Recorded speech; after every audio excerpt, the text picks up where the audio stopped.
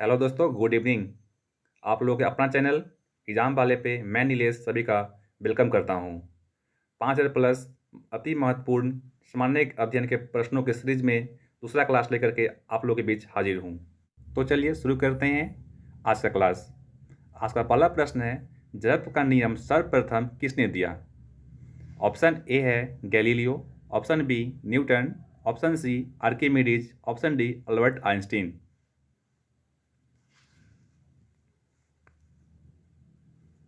तो इसका सही आंसर होगा Galileo.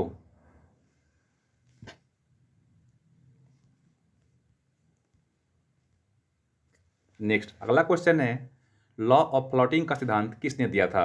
Option A Newton, option B Wright brothers, option C Galileo, option D Archimedes. इसका सही आंसर होगा आर्किमिडीज। लॉ ऑफ फ्लोटिंग में होता क्या है दोस्तों कि जब कोई वस्तु पूर्ण या आंशिक रूप से द्रव में डुबाया जाता है तो उस वस्तु का भार उसके द्वारा हटाए गए द्रव के भार के बराबर होता है।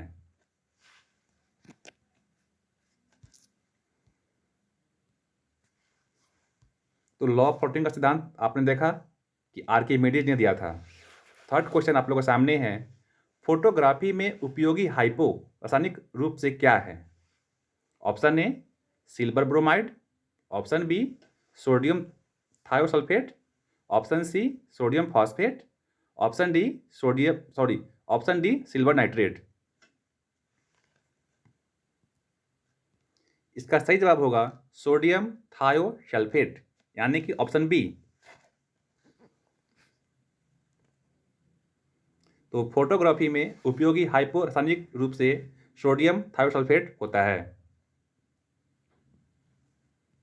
क्वेश्चन 4, शुष्क सेल में कार्बन की छड़ कार्य करती है? ऑप्शन ए एनोड का, ऑप्शन बी कैथोड का, ऑप्शन सी दोनों का, ऑप्शन डी इनमें से कोई नहीं।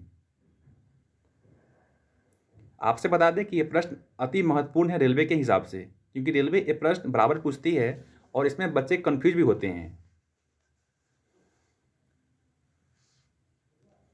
इसका सही जवाब होगा कैथोड।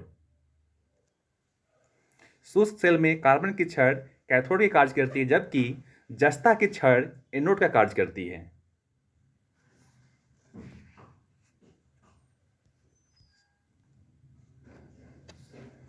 इलेक्ट्रॉन के आवेश का निर्धारण किसने किया? पांचवा प्रश्न है, इलेक्ट्रॉन के आवेश का निर्धारण किसने किया? Option A Millikan, option B Thomson, option C Newton, option D James Chadwick.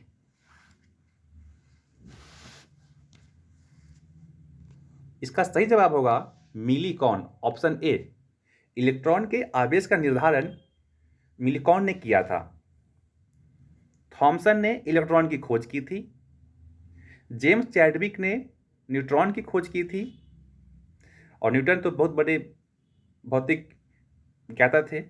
और इलेक्ट्रॉन की खोज थॉमसन, न्यूट्रॉन की चैडविक और प्रोटॉन की खोज रदरफोर्ड ने की थी।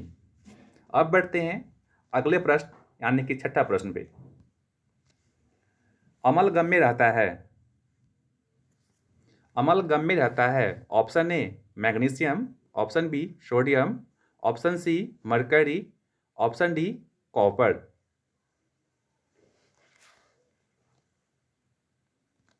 इसका सही जवाब होगा मरकरी, ऑप्शन सी।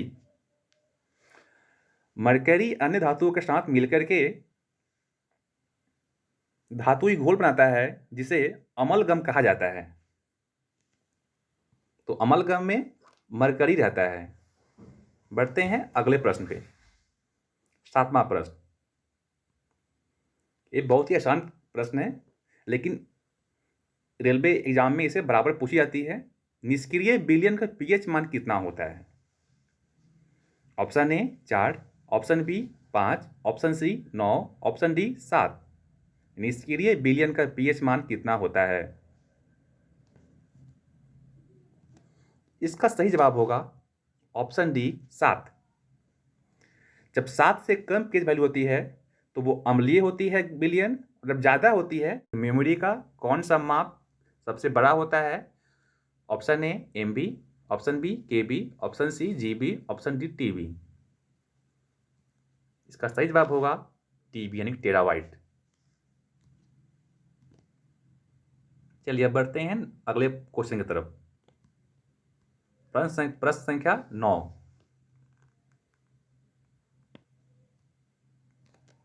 PSLV का विस्तारित रूप क्या है? प्रश्न 9 है, PSLV का विस्तारित रूप क्या है? ऑप्शन ए periodic satellite launch vehicle, polar satellite launch vehicle, permanent space launch vehicle, programmed satellite launch vehicle. PSLV rocket satellite launch करने में काम आती है।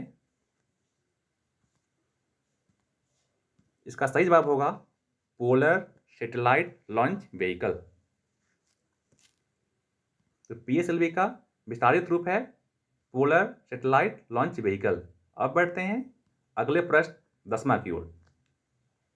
राष्ट्रीय रक्षा अकादमी मतलब नेशनल डिफेंस एकेडमी कहाँ स्थित है?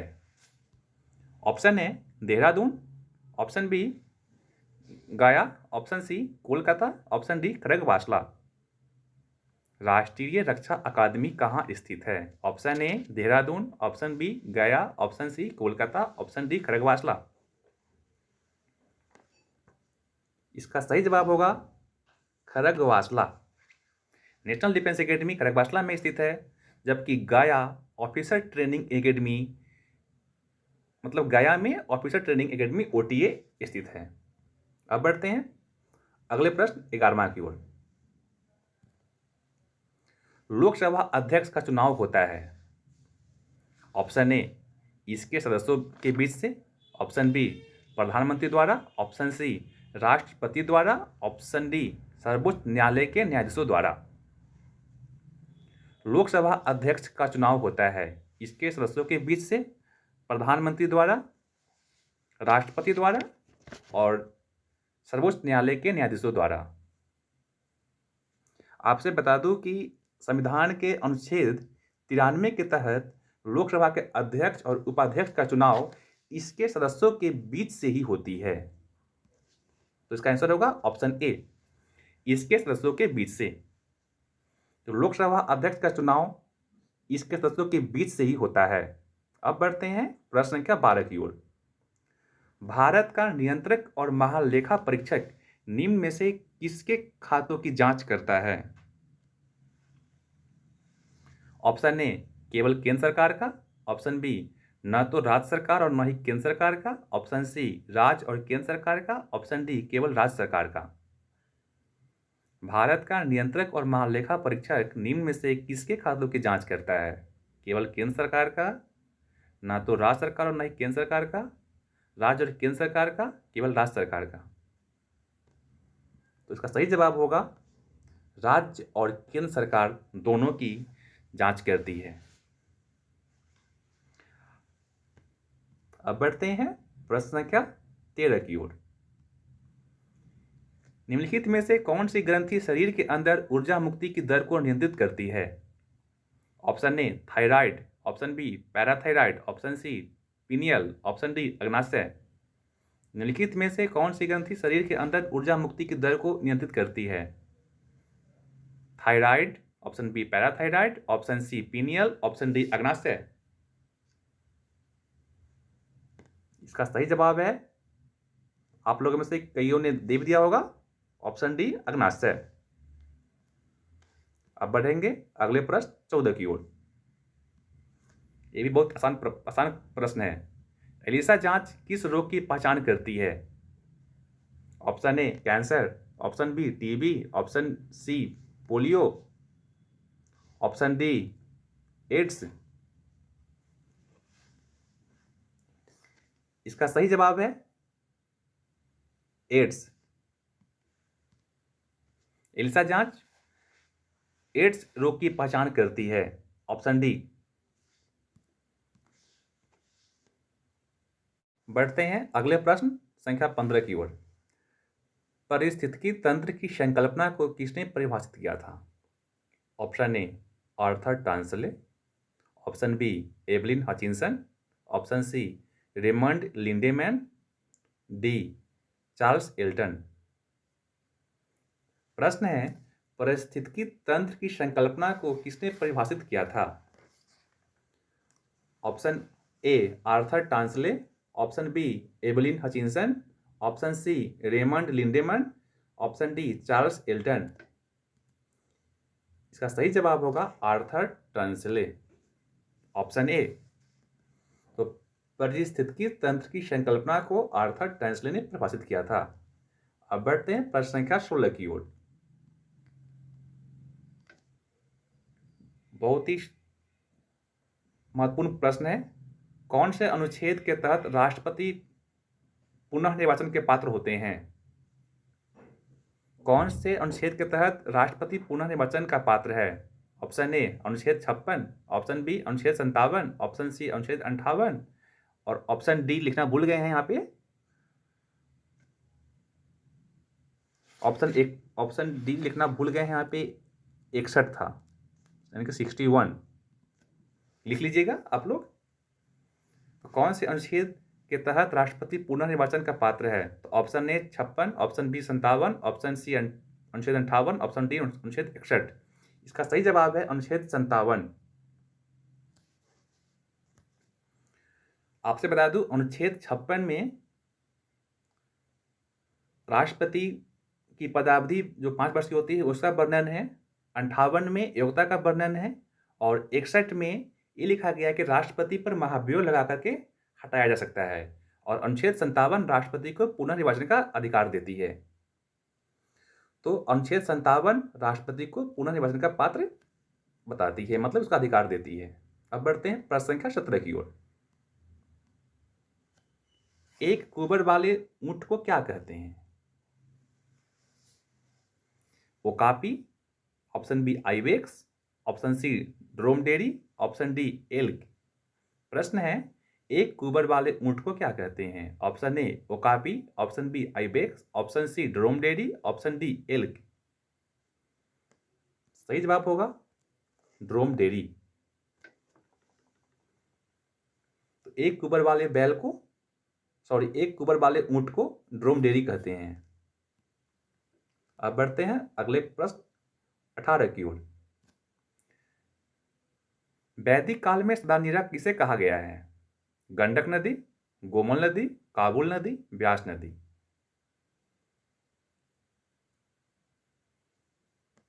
वैदिक काल में सदानीरा गंडक को कही गई है, गोमल को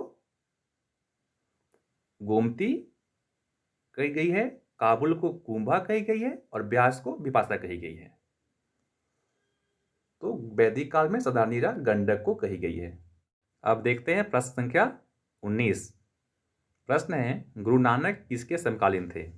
option A Babur, option B Humayun, option C A एवं बी दोनों, ऑप्शन डी अकबर।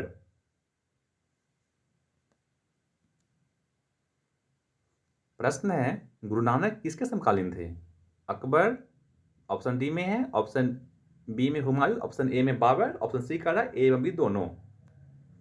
इसका सही जवाब होगा गुरु नानक, जिनका जीवन काल 1469 से 1539 था।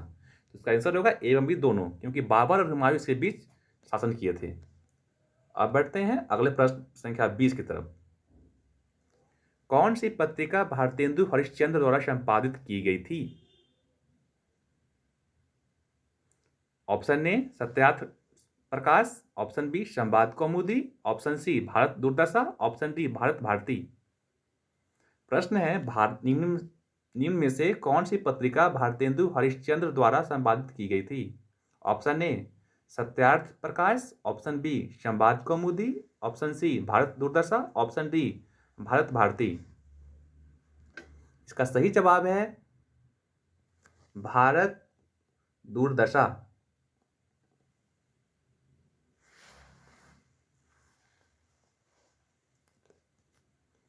सत्यार्थ प्रकाश और संवाद कौमुदी राजा राम मोहन राय द्वारा लिखी गई थी, मतलब संपादित की गई थी, और भारत भारती को मैथिली शरण गुप्त ने लिखा था। तो भारतेंदु हरिश्चंद्र द्वारा संपादित पत्रिका थी भारत दूरदशा। अब बढ़ते हैं प्रश्न संख्या 21 की ओर।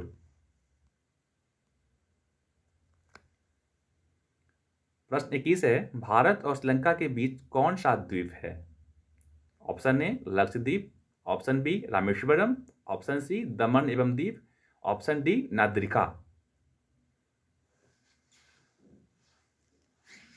प्रश्न है, भारत एवं श्रीलंका के बीच कौन सा द्वीप है? इसका सही जवाब है Rameswaram, option B.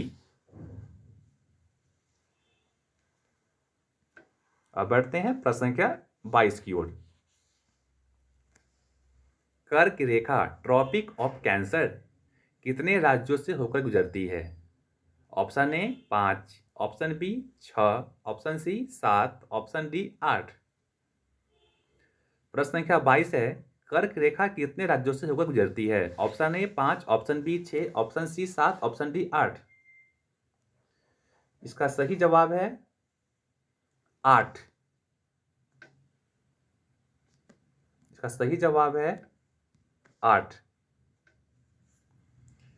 Mizoram, Tripura, waste Bengal, Rajasthan, Madhya Pradesh, Gujarat, Chhattisgarh और झारखंड इतनी राज्यों से होकर के कर्क रेखा गुजरती है। अब बढ़ते हैं अगले प्रश्न संख्या 23 की तरफ।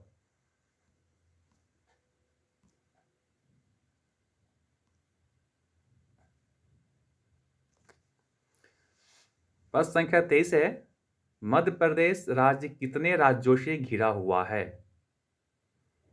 Option A 5, option B 8, option C 9, option D 7। Madhya Pradesh राज्य कितने राज्यों से घिरा हुआ है? इसका सही जवाब है ऑप्शन ए 5 राज्य। मध्य प्रदेश राज्य उत्तर प्रदेश, राजस्थान, गुजरात, महाराष्ट्र, छत्तीसगढ़ से घिरा हुआ है। देखते हैं अगला प्रश्न संख्या 24। विश्व व्यापार संगठन में कितने सदस्य हैं? ऑप्शन ए है 164, ऑप्शन बी है 154, ऑप्शन सी है 144, ऑप्शन डी है 193। विश्व व्यापार संगठन में कितने देश है, मतलब कितने सदस्य है?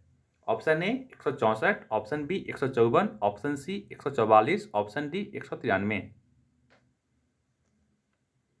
इसका सही जवाब है 164, option A.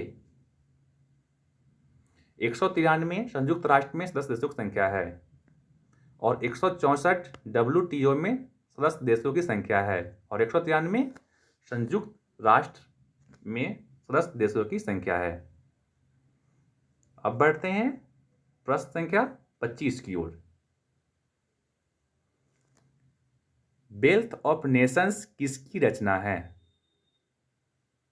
Wealth of Nations किसकी रचना है? ऑप्शन ए है कार्ल मार्क्स, ऑप्शन बी है कीन्स, ऑप्शन सी है एडम स्मिथ, ऑप्शन डी है इनमें से कोई नहीं। प्रश्न है, वेल्थ ऑफ नेशंस किसकी रचना है? Karl Marx, Keynes, Adam Smith, इनमें से कोई नहीं। इसका सही जवाब है एडम स्मिथ। कार्ल मार्क्स ने दास कैपिटल लिखी थी और कीन्स के द्वारा लिखी गई बुक है हाउ टू पे फॉर बार। प्रश्न है, वेल्थ ऑफ नेशंस किसकी रचना है? इसका सही जवाब है एडम स्मिथ। प्रश्न संख्या 26। इटर्नल इंडिया किसके द्वारा लिखी गई है? Option A Rajiv Gandhi, option B Indira Gandhi, option C Mahatma Gandhi, option D Narendra Modi. Eternal India किसके द्वारा लिखी गई है? इसका सही जवाब है इंदिरा गांधी। इसका सही जवाब है इंदिरा गांधी। इटर्नल इंडिया इंदिरा गांधी द्वारा लिखी गई पुस्तक है। अब बढ़ते हैं अगले प्रश्न संख्या 27 की ओर। विश्व रेडियो दिवस कब मनाया जाता है? क्वेश्चन नंबर 27 है, वर्ल्ड रेडियो डे कब मनाई जाती है? विश्व रेडियो दिवस कब मनाई जाती है? इसका सही जवाब 13 फरवरी। दोस्तों, वीडियो देखने के साथ शेयर करना न भूलें। लाइक, शेयर, कमेंट, सब्सक्राइब जरूर करें। अब देखते हैं प्रश्न संख्या 28। राधा मोहन कप किस खेल से संबंधित है? राधा मोहन कप किस खेल से संबंधित है? गोल्फ, ऑप्शन ए है। Option B football, option C cricket, option D polo. Radha Mohan cup किस खेल से संबंधित है? इसका सही जवाब है polo. Radha Mohan cup polo से संबंधित है। चलिए अब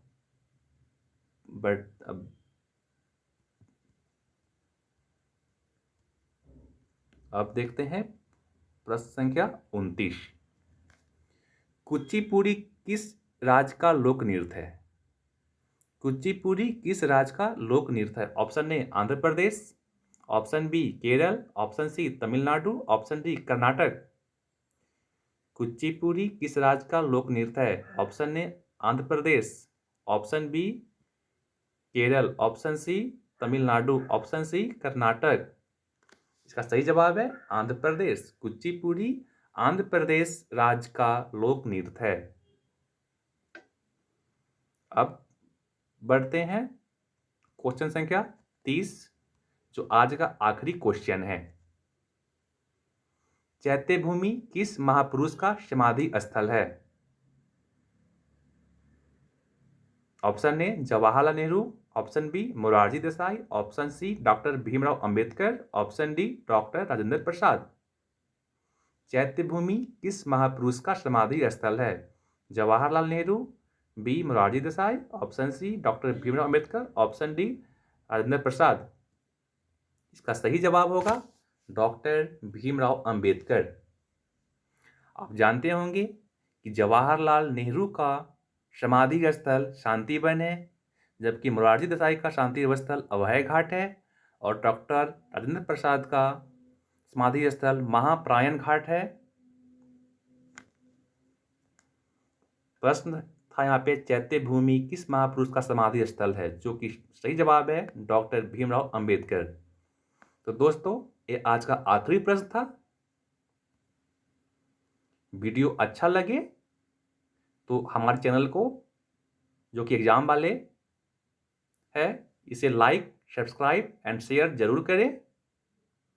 और आप अपना राय इस क्लास से संबंधित, या आप जो भी चाहते हो, जिस तरह के प्रश्न चाहते हो, उससे जुड़ी राय आप कमेंट में जरूर दें।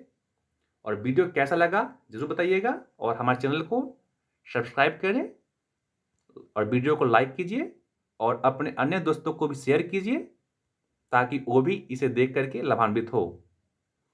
तो धन्यवाद।